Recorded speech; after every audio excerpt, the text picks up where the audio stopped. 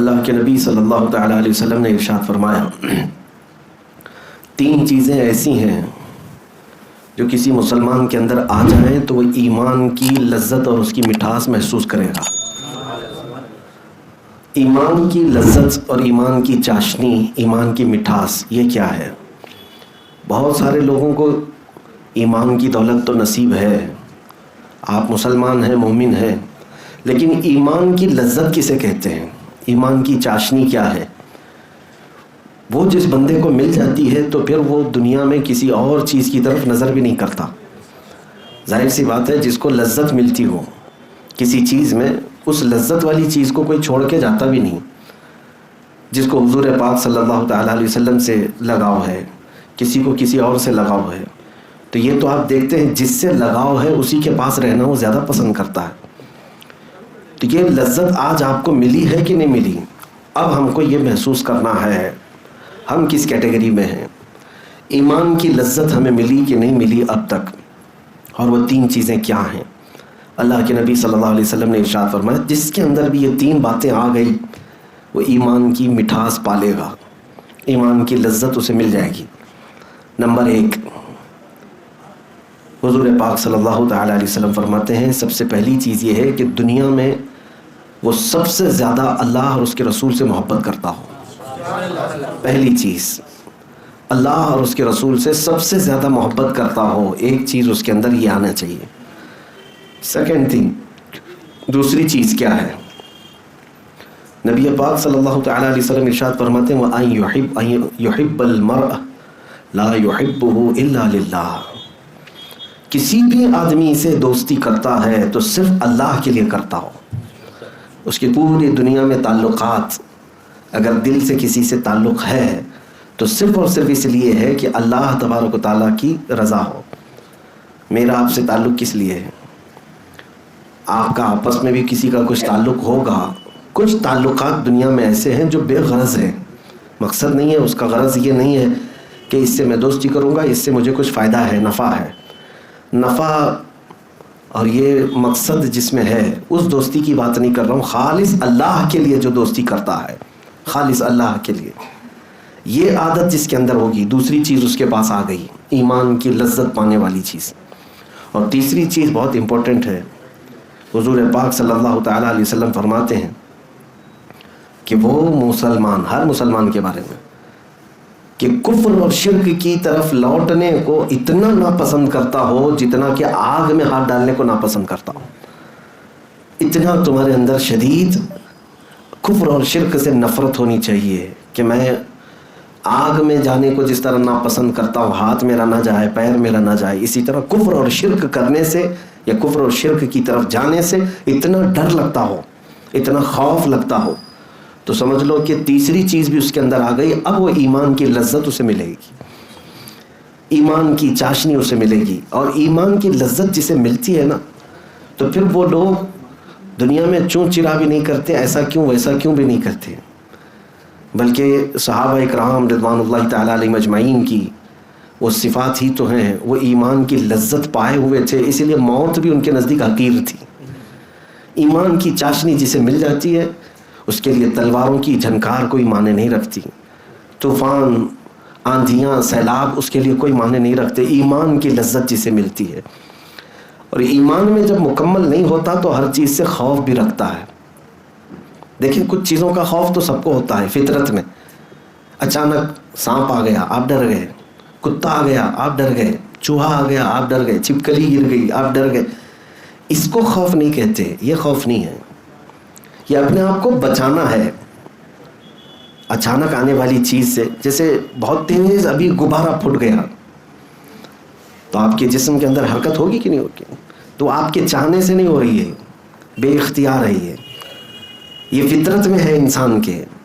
بھیانک آواز سے یا اچانک آنے والی چیز سے وہ تھوڑا سا سہم جاتا ہے، تو اس کو خوف نہیں کہتے، بلکہ میں جس خوف کی بات کر رہا ہوں وہ خوف ہے یہیں بیٹھے ہیں لیکن اب کیا ہوگا تب کیا ہوگا، اب کیا ہوگا تب کیا ہوگا، یہ جو خوف ہے ایمان کی لذت جسے ملتی ہے یہ خوف اسے نہیں ہوتا۔ انہی کے لیے قرآن نے کہا ہے الا ان اولیاء اللہ لا خوف علیہم ولا هم یحزنون، بے شک اللہ کے دوست انہیں کسی بات کا خوف نہیں ہوتا اور نہ ہی آخرت میں کسی بات کا غم ہوتا ہے۔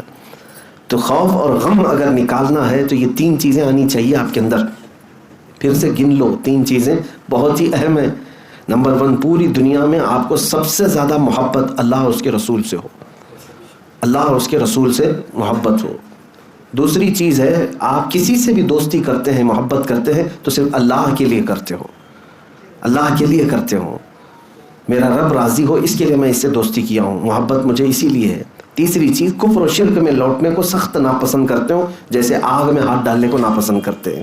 اب میں آپ سے سوال کرتا ہوں، اورلی جب کسی سے بھی پوچھا جائے تو یہ تینوں چیزیں ہر آدمی کہتا ہے میرے اندر تو ہے، میں دنیا میں اللہ اس کے رسول سے سب سے زیادہ محبت کرتا ہوں۔ آپ سب بھی محبت کرتے ہوں گے، جواب تو سب کا وہی ہے۔ دوسری چیز آپ یہ بھی کہیں گے کہ میں جس سے بھی محبت کرتا ہوں اللہ ہی کے لیے محبت کرتا ہوں، یہ بھی آپ کے اندر ہے، یہ بھی آپ کہہ دیں گے ابھی جواب میں۔ تیسری چیز بھی اگر میں پوچھوں کیا کفر و شرک کی طرف لوٹنا پسند کرتے ہو، آپ کہیں گے ہرگز نہیں، میں سخت ناپسند کرتا ہوں۔ تینوں چیزیں تو ہیں آپ کے اندر، پھر کیا ایمان کی لذت اور چاشنی ملی کہ نہیں ملی؟ شاید وہ درجے کو نہیں پہنچے، اس کی وجہ میں بتاتا ہوں۔ زبانی کہہ دینا اور ہے، لیکن عمل سے تمہارا ثابت کر کے دکھانا اور ہے۔ ہاں، بندہ کہتا تو ہے کہ پوری دنیا میں اللہ اور اس کے رسول سے سب سے زیادہ محبت کرتا ہوں۔ میرے عزیزو، جس سے سب سے زیادہ محبت ہوتی ہے اس کی ہر بات کو تسلیم کیا جاتا ہے۔ دنیا کے عشق کا حال یہ ہے، دنیا کے مجازی عشق کا حال یہ ہے، لیلا کے گھر کے اطراف بہت سارے لوگ آ کر جمع ہو گئے تھے، میں بھی مجنوں، میں بھی مجنوں۔ تو لیلا کی خادمہ نے کہا کہ کتنے مجنوں پال رکھے ہیں تو نے، وہاں تو بھیڑ ہے باہر۔ لیلا نے حلوہ پکایا اور خوبصورت اچھی لذت والا حلوہ، کہا کہ جاؤ میرا جو مجنوں ہے اسے حلوہ دے دو۔ خادمہ باہر لے کر کے آئی، لیلا نے حلوہ بھیجا ہے۔ مجنوں کون ہے؟ آپ یہ سمجھتے ہوں گے لیلا مجنوں خالی یہ محاورہ ہے، حقیقت میں ایک تاریخی پس منظر ہے، تاریخ میں اس کا وجود ہے، اس کے لیے پیش کر رہا ہوں۔ لیلا کا نام سلمہ ہے، مجنوں کا نام قیس ہے۔ تو لیلا نے جب یہ کہا خادمہ سے تو خادمہ آ کر باہر کہتی ہے بہت سارے مجنوں آ گئے، سبوں نے کہا میں مجنوں، میں مجنوں، سب حلوہ ہمیں دے دو۔ اور اس میں ایسا چھینا جھپٹی ہوئی کہ حلوہ سب میں ادھر ادھر ہو گیا۔ اور اس کے بعد خادمہ آ کر کے پھر سے کہتی ہے کہ سارے لوگ تو اس پر ٹوٹ پڑے، سبوں نے کھا لیا اس کو۔ پھر لیلا نے کہا ایک چاقو چھری لے کر کے برتن لے کر باہر جاؤ، کہو کہ لیلا نے تمہارے بدن کا ایک ٹکڑا مانگا ہے، جسم کا ایک ٹکڑا مانگا ہے۔ خادمہ باہر آ کر کے آواز دیتی ہے کہ اب کی بار لیلا نے تمہارے جسم کا ایک ٹکڑا مانگا ہے۔ سب ادھر ادھر کھجاتے ہوئے نکل گئے۔ اوریجنل مجنوں جو تھا وہ آگے آیا، جو حلوہ کھایا بھی نہیں تھا وہ آگے آیا اور اس نے کہا کہ لاؤ، لیلا نے اگر جسم سے گوشت کا ٹکڑا مانگا ہے تو میں کاٹ کے دیتا ہوں۔ اس نے چاقو لے کر اپنے جسم کی کئی جگہوں سے گوشت کاٹنا شروع کیا اور سب اس نے رکھ دیا اور کہا کہ لیلا نے یہ نہیں بتایا کہ کس جگہ کا چاہیے۔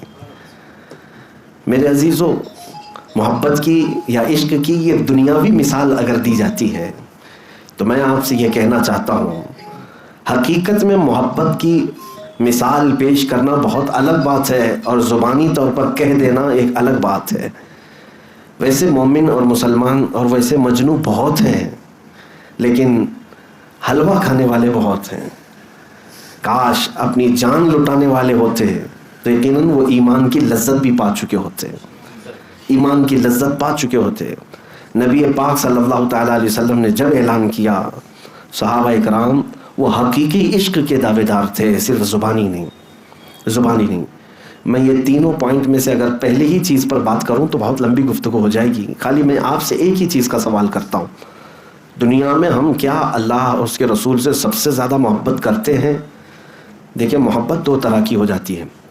محبت کرتے ہیں آپ، میں اس کا انکار نہیں کرتا، ہمیں بھی محبت ہے، لیکن محبت کے کچھ تقاضے ہیں، محبت کے کچھ تقاضے ہیں۔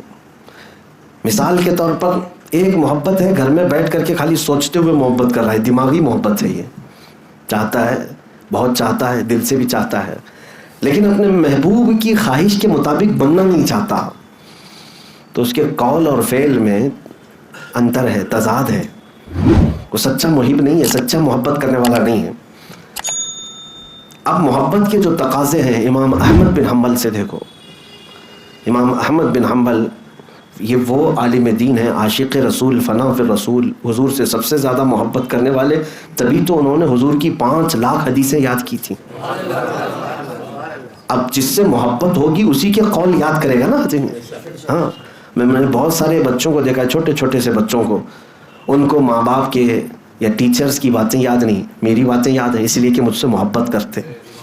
یا کسی اور عالم سے محبت کرتے ہیں تو ان کے اقوال یاد ہو جاتے ہیں، وہ کیسے کہتے ہیں، وہ کیا بولتے ہیں، ان کے جملے کیا ہیں، یاد ہو جاتے ہیں. انسان جس سے محبت کرتا ہے اس کی باتیں یاد کرتا ہے. ہم میں سے کتنے لوگ جو محبت کا دعویٰ کرتے ہیں رسول پاک سے، حضور کی باتیں کتنی یاد ہیں؟ ہمارا دعویٰ تو ہے ہم سب سے زیادہ محبت کرتے ہیں، تو کیا سب سے زیادہ ہمیں ہماری زندگی میں حضور کی باتیں یاد ہیں یا کسی اور کی باتیں یاد ہیں؟ یہ بھی سوچنے کا مقام ہے. امام احمد بن حنبل وہ ہیں جو 5 لاکھ حضور کی باتیں، حدیثیں یاد رکھتے تھے. کیسا حافظہ تھا، غضب کا حافظہ. ایسے ایک نہیں، کئی محدثین ہیں جو رسول پاک صلی اللہ تعالیٰ علیہ وسلم کی حدیثوں کو اپنے پورے سینے میں محفوظ رکھتے تھے. وہی امام احمد بن حنبل کی ایک مثال میں آپ کے سامنے رکھتا ہوں. تربوز انہیں پسند تھا، کھانا چاہتے تھے، کلنگڑ. اور انہوں نے یہ پڑھا تھا کہ رسول پاک صلی اللہ تعالیٰ علیہ وسلم نے کھایا ہے، اور حضرت احمد بن حنبل رحمۃ اللہ تعالیٰ علیہ اس کو زندگی بھر دیکھتے رہے، کھائے نہیں. عمر کا آخری حصہ آ گیا، کھائے نہیں. شاگردوں نے پوچھا کہ حضور یہ آپ کو پسند ہے؟ کہا پسند ہے، سنت بھی ہے رسول اللہ کی. کہا کیوں کھا نہیں لیتے؟ وہ کہتے ہیں میں وہ حدیث ڈھونڈ رہا ہوں جس میں رسول اللہ نے اس کو کتنے ٹکڑے کر کے کھائے تھے یا کس انداز سے کھائے تھے، وہ میں دیکھنا چاہتا ہوں. یہ محبت کا تقاضا ہے. ایک محبوب اپنے محب میں، یا ایک محب اپنے محبوب کی ہر ادا ڈھونڈتا ہے. یہ محبت کا تقاضا ہے. اور کوئی گھر میں بیٹھ کر کے ہی عاشق ہو گیا، گھر میں بیٹھ کر کے ہی محب ہو گیا، یا بڑے بڑے جلسوں میں نعرے لگا کر کے ہی عاشق ہے، تو میرے عزیزوں یہ محبت کا تقاضا نہیں. محبت کا تقاضا تو یہ ہے. جنید بغدادی رحمۃ اللہ تعالیٰ علیہ کے پڑوس میں ایک عیسائی کوئی رہتا تھا، حکیم تھا. وہ حضرت جنید بغدادی رحمۃ اللہ تعالیٰ علیہ کے گھر سے جو نالی نکلتی تھی، اس نالی میں سے پیشاب وغیرہ جو بھی گھر کا ہوتا تھا وہ سب نکل جاتا تھا. اس عیسائی نے دیکھ کر کے، خالی آج بھی تو یورین ٹیسٹ ہوتا ہے نا، بلڈ ٹیسٹ ہوتا ہے، یورین ٹیسٹ ہوتا ہے، تو اس نے دیکھ کر صرف اس زمانے میں لوگوں سے بتایا تھا کہ یہ ایسے شخص کا پیشاب جا رہا ہے جو کسی کی محبت میں اپنا کلیجہ جلا چکا ہے. ہاں، حکیم دوسری مذہب کا، اس نے دیکھ کر محسوس کیا کہ جس کا دل یا جس کا کلیجہ جل چکا ہے یہ اس کا ہے. یورین ٹیسٹ سے تو بہت ساری چیزیں معلوم ہوتی ہیں، لیکن اس زمانے میں بھی لوگ پہچانتے تھے.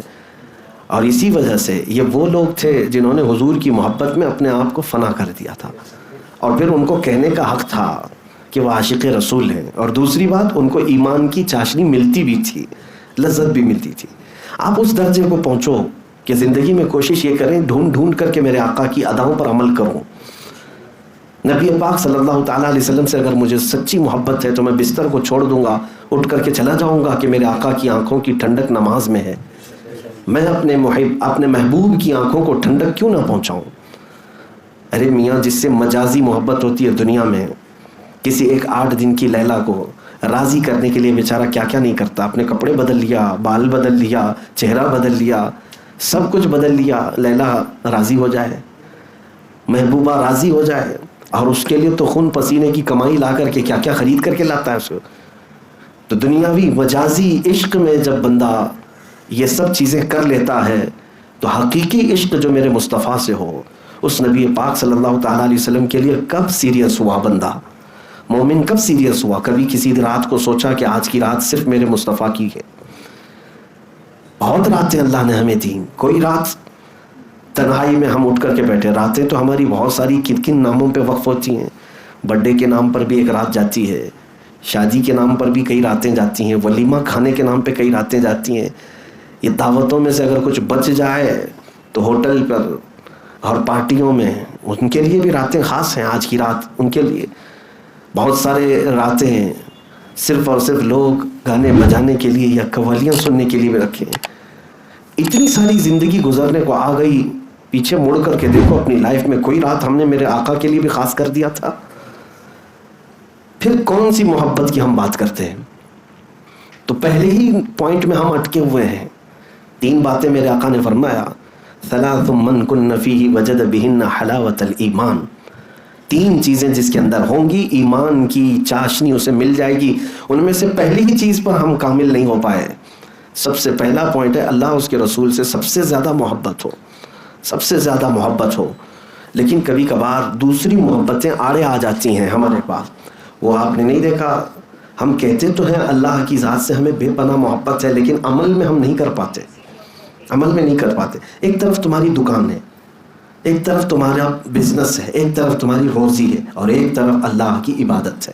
اگر تم سچی محبت کا دعویٰ کرتے ہو کہ میں اللہ سے سب سے زیادہ محبت کرتا ہوں, تو جیسے ہی تمہیں اللہ کی طرف پکارا جائے حی علی الصلاۃ, پھر دیکھنے کا مقام ہے کہ اس کو پسند کر رہے ہیں کہ اس کو پسند کر رہے ہیں. عمل سے ہی پتہ چل جاتا ہے کہ تم کس کو زیادہ پسند کر رہے ہو. نہیں, دکان ہے کیسے چھوڑ کے جاؤں گا, بعد میں بھی پڑھ لیا جائے گا. بزنس ہے بعد میں بھی دیکھ لیا جائے گا, نمازیں سب ملا کے رات کو ایک بار کر لیں گے. تو اللہ سے اگر سب سے زیادہ محبت کرتا ہو تو یہ چیزیں کیوں آڑے آ گئی؟ تو پھر جھوٹ بول رہے ہو. صرف ایک بات میں نہیں, بہت ساری باتیں میں آپ کو بتاؤں. وہ ایک فقیر آدمی کی بات میں نے سنایا تھا آپ کو. بیچارہ سائل تھا, مانگنے والا تھا. فروٹ کی دکان میں اس نے کچھ مانگا, اللہ کے نام پہ کچھ دے دو. مسلمان آدمی تھا, پھل بیچنے والا. آم جو سڑے ہوئے نکلے ہوئے تھے نکال کر کے دے دیا. مانگنے والوں کو کیا دیا جائے گا؟ جو بچا ہوا ہے یہ دیا جائے گا. اس کے بعد تھوڑی دیر میں وہ فقیر نے اپنے جیب سے پیسے نکالے, 10 روپے 20 روپے. کہا کہ میاں یہ پیسے ہیں, اس کے کچھ پھل اچھے دے دو. پیسے کے بدلے میں جو پھل ملیں گے وہ اچھے پھل ملیں گے, معاوضے بھی مل رہے ہیں. تو اچھے پھل اس کو مل گئے, 3 پھل آم. اب وہ فقیر دونوں پھل اپنے ہاتھ میں لیا, اور اس کے بعد اللہ تعالیٰ سے کہتا ہے مولا یہ تیرا بندہ ہے, دیکھ اس نے تجھے کیا دیا اور مجھے کیا دیا ہے. تیرے نام پہ میں نے مانگا تھا تو سڑی ہوئی چیزیں دیا, اور میں نے اپنی دولت سے مانگا تو مجھے اچھی چیزیں دیا. وہ دکان کا مالک جو تھا مسلمان تھا, رونے لگ گیا, کہا مجھ سے خطا ہو گئی, بہت بڑی خطا ہو گئی. میرے عزیزوں, زندگی میں ہم بہت مرتبہ یہ کام کرتے ہیں, بہت مرتبہ یہ ساری چیزیں ہو جاتی ہیں. میں اکثر کہا کرتا تھا اللہ اور اس کے رسول سے اگر سب سے زیادہ تمہیں محبت ہے تو سب سے پہلی پرائیورٹی تمہاری لائف میں ہر چیز میں میرے حضور کی ذات ہونی چاہیے. ہمارے گھر میں یہ رواج برسوں سے تھا, آج بھی ہے الحمدللہ, اور میں کوشش بھی یہ کرتا ہوں لوگوں کو تلقین کر کے بھی کہ ہمارے والد گرامی علیہ الرحمہ اکثر یہ نصیحت کرتے ہیں کہ گھر میں جب بھی کوئی خوشی کا موقع آئے, یعنی شادی, منگنی, ولیمہ, عقیقہ, کچھ بھی آئے, تو سب سے پہلے شادی سے 2-3 دن قبل سے ہی ہمارے گھر میں محفل مولود شروع ہو جاتی ہیں کہ پہلے حضور پاک صلی اللہ علیہ وسلم کی بارگاہ میں, اور پھر ذکر کی مجلس ہو, راتب ہو, اذکار کریں اللہ تعالیٰ کی بارگاہ میں, پھر ہم اپنی خوشی کی طرف آئیں گے. پہلے فرسٹ پرائیورٹی اللہ اور اس کے رسول کی ذات ہے. خوشیوں میں تم بھول جاتے ہو, میتوں میں تو اللہ کو یاد کرتے ہو. تو ہر مقام پر ہم کو یہ دیکھنے کو ملتا ہے, کئی جگہوں پر اللہ اس کے رسول سے محبت کا دعویٰ تو ہر ایک کا ہے. اگر ابھی میں پوچھوں تو سب ہاتھ اٹھا کر کے بولیں گے, دونوں ہاتھ اٹھا دیں گے. دنیا میں ہم اللہ اور اس کے رسول سے سب سے زیادہ محبت کرتے ہیں. میرے عزیزوں, محبت کا تقاضا یہ تو نہیں جو ہمارا لائف سٹائل ہے, ہم جس انداز سے گزر رہے ہیں. اللہ اور اس کے رسول صلی اللہ تعالیٰ علیہ وسلم سے سب سے زیادہ محبت کا مطلب یہ ہے کہ جو جو چیزیں اللہ اور اس کے رسول کو پسند ہیں وہ میری لائف میں سب سے اول مقام پر ہونا چاہیے. میری پسند بعد میں, حضور کی پسند پہلے. یہ چیز ہو تو پھر آپ اپنے دعوے میں سچے بھی ہیں. میں اکثر یہ کہا کرتا ہوں, حضرت ابو بکر شبلی رحمۃ اللہ تعالیٰ علیہ بہت پائے کے بزرگ ہیں, سلسلہ قادریہ کے مشہور بزرگ. آپ نے سلسلہ قادریہ کے شجرے میں پڑھا ہوگا, بحر شبلی شیر حق دنیا کے کتوں سے بچا. اس میں جو شبلی نام آیا ہے یہ حضرت ابو بکر شبلی یا حضرت جنید بغدادی رحمۃ اللہ علیہ کے مرید ہیں, خلیفہ, اور غوث پاک رضی اللہ تعالیٰ عنہ کے تیسرے پشت پر مرشد ہیں, دادا مرشد ہیں. آپ یہ کہا کرتے تھے کہ میری زندگی میں سب سے سخت سوال یہی ہے کہ اگر کسی نے مجھ سے پوچھ لیا کیا آپ کو اللہ کے رسول سے محبت ہے, یہ سوال میرے لیے سب سے سخت ہے. آپ کے لیے سخت ہے. اگر کوئی کہے کہ حضور سے محبت کرتے ہو کہ نہیں کرتے ہو, بغیر سوچے سمجھے آپ کہیں گے کیوں نہیں کرتے. حضرت ابو بکر شبلی سے پوچھا گیا آپ کے لیے سوال سخت کیوں ہے؟ وہ کہتے ہیں اگر اس کے جواب میں نے نہ کہہ دیا تو ایمان چلا گیا. اگر سوال کسی نے کیا اللہ کے رسول سے محبت ہے, آپ نے جواب میں نہ کہہ دیا تو ایمان ہی چلا گیا.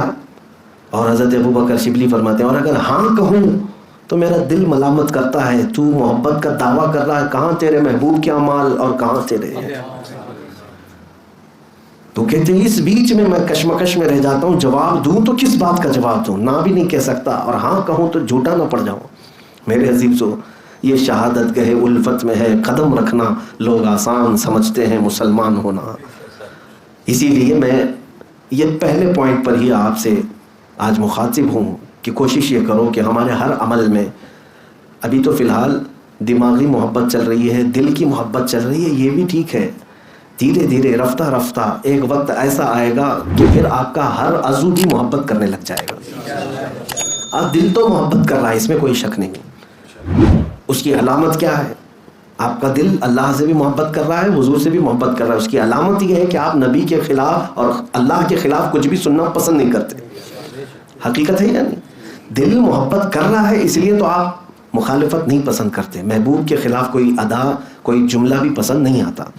تو یہ محبت تو آج ہے, دل کی محبت ہے, دماغ کی ذہن سے محبت ہے, لیکن اب رفتہ رفتہ جو جسم کے ہر عضو کے اندر محبت آنی چاہیے اس کی کمی ہے. اور وہیں جب یہ سلوک جس کو کہتے ہیں تصوف کے راستے میں سلوک منزل ہے, جب بندہ اپنے ہر عضو سے یہ ثابت کر دے, ہاتھ اٹھے تو بھی لگنے لگے کہ رسول پاک کی محبت میں ہی کرتا ہے. اٹھنا بیٹھنا چلنا پھرنا کھانا پینا سونا, دھیرے دھیرے زندگی کا لائف سٹائل چینج ہوتا گیا, اپنے محبوب کی طرح ہونے لگ گیا, تو سمجھ لو کہ اب پورا جسم محبت کر رہا ہے, پورا جسم محبت کر رہا ہے, ہر عضو محبت کر رہا ہے. اللہ رب العزت سے جب محبت کرنے والوں کا حال یہ ہے کہ ان کے ٹکڑے بھی کر دیے جائیں تو ہر ٹکڑے سے اللہ کی آواز آتی ہے, اللہ اللہ کی صدا آتی ہے.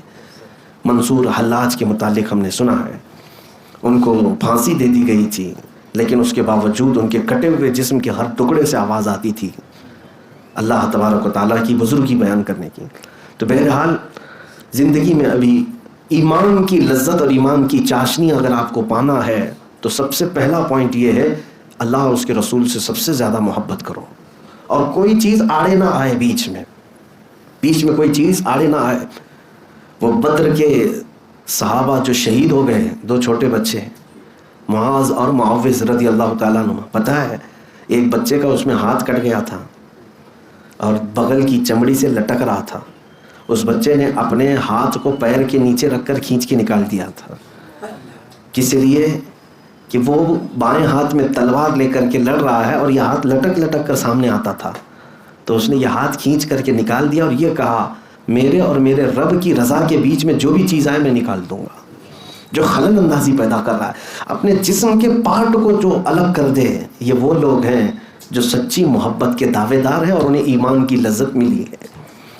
ہم تو کتنی چیزوں کو اپنے آس پاس بسا کر کے رکھے, ہم خواہشات کے پیچھے چل پڑے, خواہشات کے پیچھے, اور خواہشات کا نام ایمان نہیں ہے. بہت ساری چیزیں ہمیں قربان کرنی ہوگی, دنیا ہمیشہ کی نہیں, آپ سب کو پتہ ہے, سب کو پتہ ہے. اگر تم اپنے خواہشات کے پیچھے چلو گے, چند گناہوں کی لذت کے بعد واپس تو مر کر کے اللہ کی بارگاہ میں پہنچنا ہی ہے. تو کیوں ہم یہ فانی دنیا کی لذت حاصل کرنے کے لیے ہمیشہ کی جنت کو قربان کر رہے ہیں؟ جہاں ہمیشہ ہمیشہ رہنا ہے اس زندگی کو آپ مد نظر رکھیں. تھوڑی تکلیفیں ہوں گی دنیا میں, ہو سکتا ہے تم جو چاہ رہے ہو آج اس کو قتل کر دیا, تم نے اس خواہش کو مار دیا, تھوڑے دن تک بے قراری رہے گی, بے چینی رہے گی. ارے ساری دنیا کر رہی ہے, میں کیوں نہ کروں؟ نشہ وہ بھی کر رہا ہے, ہاں نشہ, تاش کے پتے, جوا, یہ سب تو حرام کاریوں سے وہ بھی تو آگے بڑھ رہا ہے, میں کیوں نہ کروں؟ اسلام نے سود سے روک دیا ہے, فلاں تو سود اور بڈی میں تو کروڑ پتی بن گیا, میں بھی تھوڑا حاصل کر لیتا, کیا ہو جاتا. یہ خواہشات تو دوسروں کو دیکھ دیکھ کر بار بار آتی رہیں گی, بار بار ہوتی رہیں گی, اور ہر خواہش کو جب جب تم مار دو گے اللہ کے لیے, پھر یہی وہ منزل ہے جب تمہیں ایمان کی لذت مل جائے گی. کسی دن بہک گئے اللہ کو چھوڑ دیا اور اپنی خواہش کے پیچھے چل پڑے. لوگ یہ اب نوجوانوں کے لیے بڑا چیلنج ہوتا ہے, بہت چیلنج. گناہ ہر گھڑی دعوت دیتے رہتے ہیں, اپنی طرف بلاتے رہتے ہیں, ہر قدم پر تمہیں استقبال کر کے بلاتے ہیں گناہ دنیا میں, اور تمہیں اس کی لذتیں بھی بتاتے ہیں. لیکن تمہیں ابھی ایمان کی لذت اگر مل جائے ایک بار تو یہ سارے گناہوں کی لذت ہیچ ہے, کچھ بھی نہیں ہے. میں آپ کو بتاؤں, دنیا میں اگر سب سے بڑا مالدار جو ساری خوشیاں حاصل کر چکا ہوگا, کوئی چیز باقی نہ رہے. آج کے دور میں جس کو کہیں آپ کہ اس کو بادشاہت مل گئی اور سونے کا مکان بنا لیا, سونے کی کرسی میں رہ لیا, سب کچھ اسے مل گیا, اتنے عیش سے دنیا میں رہا, تو یہ کتنے برابر ہو جائے گا پتہ ہے آپ کو؟ قیامت کے دن ایک بندہ جنت میں سے صرف اس کو ہوا سنگھا کر کے لایا جائے گا, صرف وہاں کی خوشبو اور ہوا میں گزار کر کے لایا جائے گا, اور پھر بتایا جائے گا کہ یہ جو بندہ ابھی لذت حاصل کیا ہے, یہ دنیا میں اس نے جو لذتیں پوری حاصل کر کے آیا تھا, یہ اس کے مقام تک بھی نہیں پہنچ پائے گا. اب سمجھ جاؤ آپ کی جنت کی لذت کیا ہے. صرف خوشبو سونگھ کر کے آنے والا اور ہوا میں اڑ کر کے آنے والا, وہ دنیا کے بڑے سے بڑے ارب پتی کھرب پتی سے بھی بڑھ کر کے لذت حاصل کر چکا ہوگا, تو پھر دنیا کی لذت کوئی معنی ہی نہیں رکھتی. کتنا حاصل کرو گے, کتنا دوڑو گے, کتنا بھاگو گے. ہاں, ہر کوئی یہاں پر ریچسٹ نہیں بن سکتا, ہر کوئی بادشاہ نہیں بن سکتا, یہ سب کو پتہ ہے. لیکن دوڑتے دوڑتے تھک کر کے کہیں مر جاتے ہیں, دوڑتے رہتے ہیں, اور اس دوڑ میں وہ اللہ اس کے رسول کو کب کے پیچھے چھوڑ چکے ہوتے ہیں. لیکن ہم نے دیکھا ہے جو اللہ اس کے رسول کی طرف دوڑتے ہیں وہ کبھی تھکتے بھی نہیں, وہ بڑھتے چلے جاتے ہیں, اور اگر اس راستے میں ان کا انتقال بھی ہو جاتا ہے تو ہمیشہ کے لیے ان کا نام زندہ رکھ دیا جاتا ہے. آپ کو پتہ ہے دنیا کا ایک بادشاہ جس کو سکندر کہا گیا, سکندر اعظم, اور دارا نام سنا ہوگا آپ نے, شیخ سعدی رحمۃ اللہ علیہ نے دارا سکندر کا نام اپنی حکایتوں میں نقل فرمایا. پون دنیا پر اس نے حکومت کر لی تھی, تقریباً پونی دنیا حاصل کر لیا تھا. ہر جگہ وہ ہر ملک قبضہ کیا, ہر خزانہ اس کے پاس, پونی دنیا. لیکن موت آئی, موت سے پہلے اس نے وصیت یہ کیا تھا کہ مجھے دفن کرنا تو میرے دونوں ہاتھ قبر کے باہر ہی رکھنا, ہاتھوں کو دفن نہیں کرنا. اس کے غلاموں نے پوچھا تھا کہ ایسا کیوں, کسی کو دفن کریں تو پوری قبر میں دفن کرتے ہیں. کہا تاکہ دنیا والے میری قبر کو دیکھ دیکھ کر کے عبرت حاصل کریں, جس کے پاس پون دنیا تھی قبر میں دونوں خالی ہاتھ لے کر سویا ہے, اس کے پاس کچھ بھی نہیں ہے. اور یہی سب کے ساتھ ہے ہمارے. اسی لیے آخرت کا جو ذریعہ ہے ہمارا وہ اللہ اس کے رسول کے پاس ہے. اور قرآن میں اللہ تعالیٰ فرماتا ما عندکم ینفد وما عند اللہ باق, جو تمہارے پاس ہے خرچہ ہو جائے گا, جو اللہ کے پاس ہے وہ ہمیشہ باقی رہے گا. کب تک باقی رکھو گے تمہارے پاس؟ جو بھی چیز تمہارے پاس ہے سب خرچہ ہو رہی ہے. آپ کیا سمجھ رہے ہیں؟ بینکوں میں لاکرز میں جو چیز لگا کر کے آپ رکھیں خرچہ نہیں ہوتی, ٹھیک ہے سیونگ میں رکھ لو, لیکن کیا کیا خرچہ ہو رہا ہے آپ کو پتہ ہے؟ ہر چیز خرچہ ہو رہی ہے. آپ کے گھر کا پانی, آپ کے گھر کا دانا, آپ کے گھر کا کھانا, اس کے علاوہ آپ کے کپڑے. ہاں, آپ 50 سال تک تو کپڑے نہیں پہنتے, جو ہے آپ کے پاس وہ جانے والے ہیں. اور سب سے بڑھ کر کے یہ ہے کہ آپ کا جو سب سے زیادہ خرچہ ہو رہا ہے, پیسے بھی جمع کر کے رکھ لیے, پراپرٹی بھی کسی کو نہیں بیچ رہے, سب جمع کر کے رکھ رہے ہیں. لیکن قرآن کے مطابق ایک چیز خرچہ ہو رہی ہے, وہ ہے تمہارے زندگی کے دن. وہ تو خرچہ ہو کے رہیں گے, اس کو کیسے روکو گے؟ آج 25 سال کے ہو, چند دنوں کے بعد پھر ملو گے, کہو گے ہم 26 کے ہو گئے, 1 سال تو خرچہ ہو گئے ہمارے. اس خرچے کو تم روک نہیں سکو گے. ما عندکم ینفد وما عند اللہ باق, اللہ فرماتا جو تمہارے پاس ہے یہ سب خرچہ ہو جائے گا, اور جو اللہ کے پاس ہے وہ ہمیشہ باقی رہے گا. اس کے لیے زندگی میں اللہ اور اس کے رسول سے سب سے زیادہ محبت کرو, اور وہیں بھیجنے کے لیے کچھ تیاریاں آج ہی کر لو, آج ہی بھیج دو وہاں پر کچھ چیزیں جو باقی رہیں گی, اور تاکہ ہم قبر میں جائیں اور حشر میں جائیں تو سکون سے رہ سکیں. ویسے مجھے بتاؤ اس دنیا نے کیا سکون دیا, کیا سکون دیا؟ میں کبھی کبھار سوچتا ہوں, ایک بندہ, میں نے تفسیر میں اس سے قبل بار کہا تھا, ایک بندہ دنیا میں دوڑتا رہا مال کے لیے, اولاد کے لیے, بیوی بچوں کے لیے, سکون تو تھا نہیں. صبح اٹھتا تھا, بھاگتا تھا, شام ہوتی تھی آتا تھا, تھک ہار کر کے سوتا تھا, اور پھر کبھی بزنس میں دھوکہ، کبھی اس میں خسارہ، کبھی نقصان، یہ سب چیزیں تو جھیلتا رہا. کبھی کسی کا قرض اور کبھی کسی کا تانا، کبھی کسی کی گالی، کبھی کسی سے مار پیٹ. یہ سب تو لائف میں چل ہی رہا ہے، سب کے چل رہا ہے. عورتیں الگ پریشان، مرد الگ پریشان. تو کوئی ایک بندہ ایسا کہ سوچتا رہا کہ چلو یہ سارے جھمیلے سے نکل کر کے مر جائیں گے، سکون سے سوئیں گے، سکون رہے گا. مر کر کے گیا تو قبر میں ابھی رکھ کر کے گئے ہی تھے کہ فرشتے آ گئے.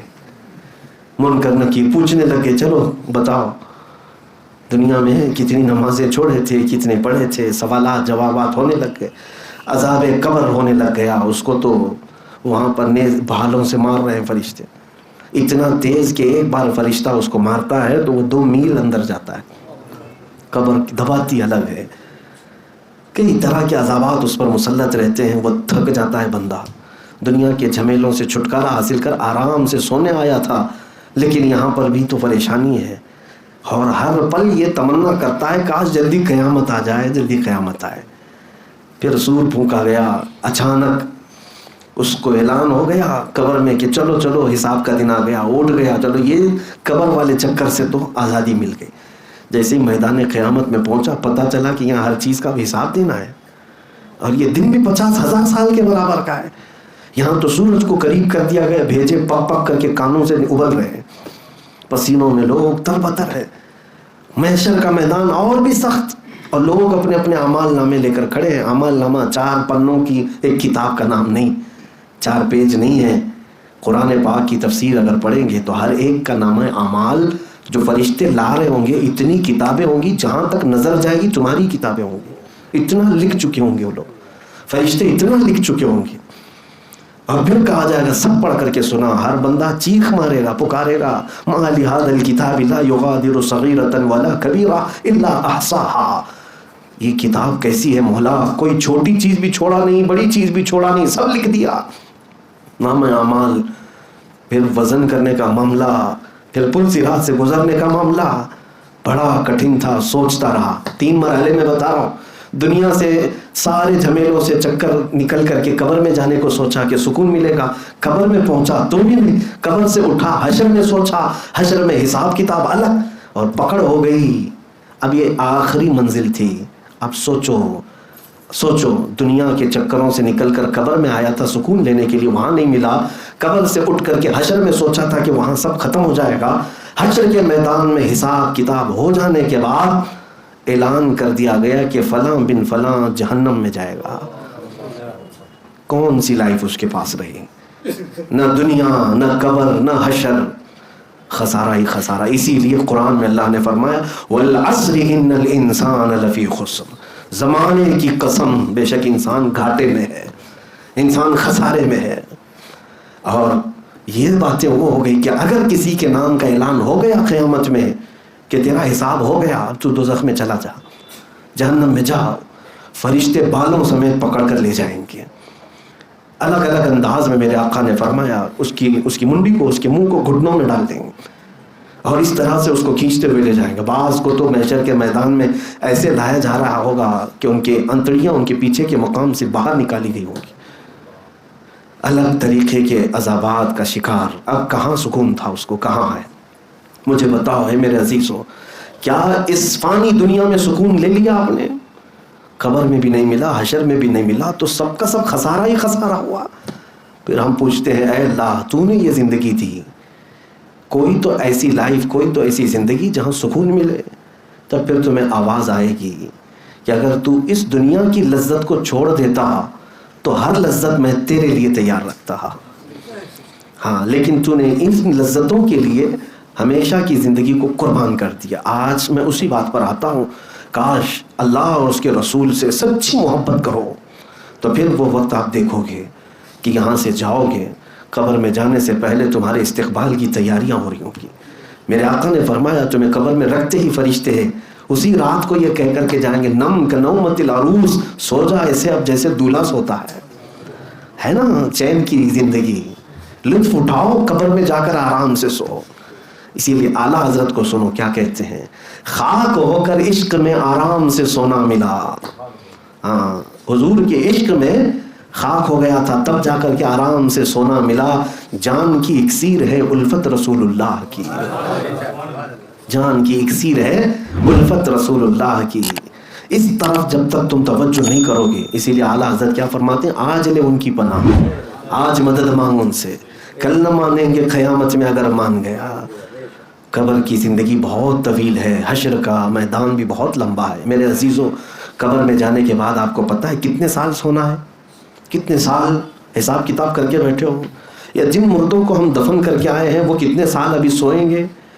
آج سے لے کر 500 سال بعد قیامت آنے والی ہے, یا 1000 سال بعد, یا 100 سال بعد, تمہیں پتہ نہیں, ہمیں پتہ نہیں, اللہ بہتر جانتا ہے. لیکن قبر کی زندگی کے بارے میں کہا گیا ہے جس کے لیے اللہ نے سختیاں کی قبر میں, جس کے لیے قبر سخت ہو گئی تو دن گننا تو چھوڑ دو کہ قیامت کب آئے گی, بلکہ مردے کو ہر منٹ 1 سال کے برابر لگے گا. قبر کی زندگی میں ہر 1 منٹ اسے 1 سال کے برابر لگے گا اگر سختیاں شروع ہو گئی. اور اگر رب تعالیٰ نے رحم کر دیا مردے پر, میت پر, تو فرمایا گیا کہ قیامت کب آئے گی اسے پتہ بھی نہیں چلے گا, بلکہ سور پھونکا جائے گا اور مردے کو اٹھایا جائے گا. جب سب کھڑے ہو رہے ہوں گے وہ پوچھ رہا ہوگا ابھی کل تو میرے گھر والوں نے دفن کیا تھا, آج قیامت آ گئی. رب تعالیٰ جس پر رحم کرے اس کے لیے دنوں کو گھیر دے گا, اور جس کے لیے سختیاں ہوں گی تو ایک لمحہ اس کے لیے سال کے برابر پھیل جائے گا. اسی لیے ڈرو, اور محبت کرنے والی, محبت کے لائق اور مستحق ذات وہی ہے جو کبھی فنا نہیں, اللہ رب العزت کی ذات, جس نے ہمیں پیدا کیا, جو ہمیں پال رہا ہے, جو ہمیں مفت سانسیں دے رہا ہے. کیا وہ ذات محبت کی مستحق نہیں؟ جھوٹے مکاروں سے ہم محبت کرنے لگ گئے. جس نے ہمیں ماں کے پیٹ میں بھی تک رزق پہنچایا, کیا وہ محبت کرنے کا مستحق نہیں ہے؟ بندہ اگر سب سے زیادہ محبت کرے تو اپنے پالنے والے سے کرے, اپنے خالق سے کرے, جس نے اسے ماں کے پیٹ سے لے کر یہاں تک پہنچایا. قرآن میں کتنی جگہ کہا اس نے, رب تعالیٰ فرماتا هو الذی یحییکم ثم یمیتکم, وہی ہے جو تجھے زندگی دے رہا ہے اور پھر تجھے موت دے گا, پھر تجھے اٹھائے گا. منہا خلقناکم وفیہا نعیدکم ومنہا نخرجکم تارۃ اخری. مٹی پر ڈالنے کے بعد یہ کہا جاتا ہے, اللہ فرما رہا ہے اسی مٹی سے ہم نے تجھے پیدا کیا, اسی میں ہم تجھے ڈال رہے ہیں, اور اسی سے پھر تجھے ہم اٹھائیں گے. کیا یہ رب تبارک و تعالیٰ کی تمام فراہمی بندے کو جھنجھوڑنے کے لیے کافی نہیں ہے؟ میرے اوپر قدرت, میرے اوپر حکومت, میرے اوپر بادشاہت, میرے اوپر سلطنت کسی کی ہے تو صرف میرے پیدا کرنے والے کی ہے. تو پھر محبت بھی اسی کو زیب دیتی ہے, محبت بھی اسی سے کی جائے. اور جو مولا ہم کو پالنے والا, ہم کو پیدا کرنے والا, اس سے محبت کرنا پہلا درجہ بنتا ہے. اور پھر دوسرے درجے پر وہ رب جس سے محبت کر رہا ہے, اس رسول سے محبت کرنا بھی ہمارے لیے شان ہے. یہ مومن کی شان ہے. میں 3 باتیں تھی پوری نہیں کر سکا, اس میں پہلا ہی نقطہ ہے دنیا میں سب سے زیادہ کس سے محبت ہو, اللہ اور اس کے رسول سے. ثلاث من کن فیہ وجد بہن حلاوت الایمان. میرے آقا صلی اللہ علیہ وسلم کی حدیث ہے, 3 چیزیں جس کے اندر آ گئی وہ ایمان کی لذت پالے گا, ایمان کی چاشنی پالے گا. کاش ہماری زندگیوں میں وہ وقت آئے کہ جب دنیا و مافیہ سے ہم بے نیاز ہو جائیں, دنیا کے تانے, دنیا کی تکلیفیں ہمیں پریشان نہ کر سکیں. ہمیں ایمان کی چاشنی اور ایمان کی لذت اللہ عطا کرے. جس دن آپ کو یہ لذت ملے گی, آپ خوشی خوشی دنیا سے چلے جائیں گے, اور آپ کو مرنے کا اور کسی کے مارنے کا کبھی درد بھی نہیں ہوگا. ایمان کی لذت بہت اعلیٰ چیز ہے, بہت اعلیٰ چیز ہے. اس کو میں آپ کو ایک مثال سے بتا کر ختم کرتا ہوں. موبائل میں کوئی گم ہے, گیم کھیلنے والے بچوں کو دیکھیں آپ, پریکٹیکل جا کر کے دیکھ لینا. کئی مرتبہ بچوں کے بال کھینچ لو, چونٹی کاٹ لو, کچھ نہیں پتہ چلتا, وہ مہوا ہے اس میں, مصروف ہیں. آپ نے کئی بار چونٹی کاٹ لی, بال کھینچ لیا, ہاتھ جھٹک دیا اور اس میں مصروف ہے. کیوں؟ اس لیے کہ اس کی لذت اسے مل رہی ہے. اور جس دن ایمان کی لذت ملے گی, کوئی تلوار کیا ہمیں متجہ کر سکتی ہے؟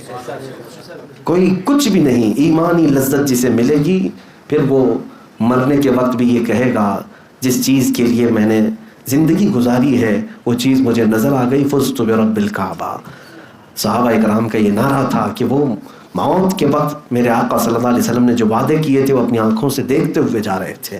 اللہ کریم ہم سب کو ایمان کی لذت عطا فرمائے، ایمان کی چاشنی عطا فرمائے۔ کریم خدا دنیا میں ہمیں سب سے زیادہ تجھ سے اور تیرے حبیب سے محبت کی توفیق عطا فرمائے، ہمارے دلوں کو دنیاوی آلائشوں سے پاک کر دے، دنیاوی گندی محبتوں سے پاک کر دے۔ اے رب العالمین، تیرا دیا ہوا یہ دل ہے مولا، یہ دھڑکے تو تیرے لیے اور تیرے حبیب کے لیے، مولا ہم سب نکموں کو کام والا بنا دے۔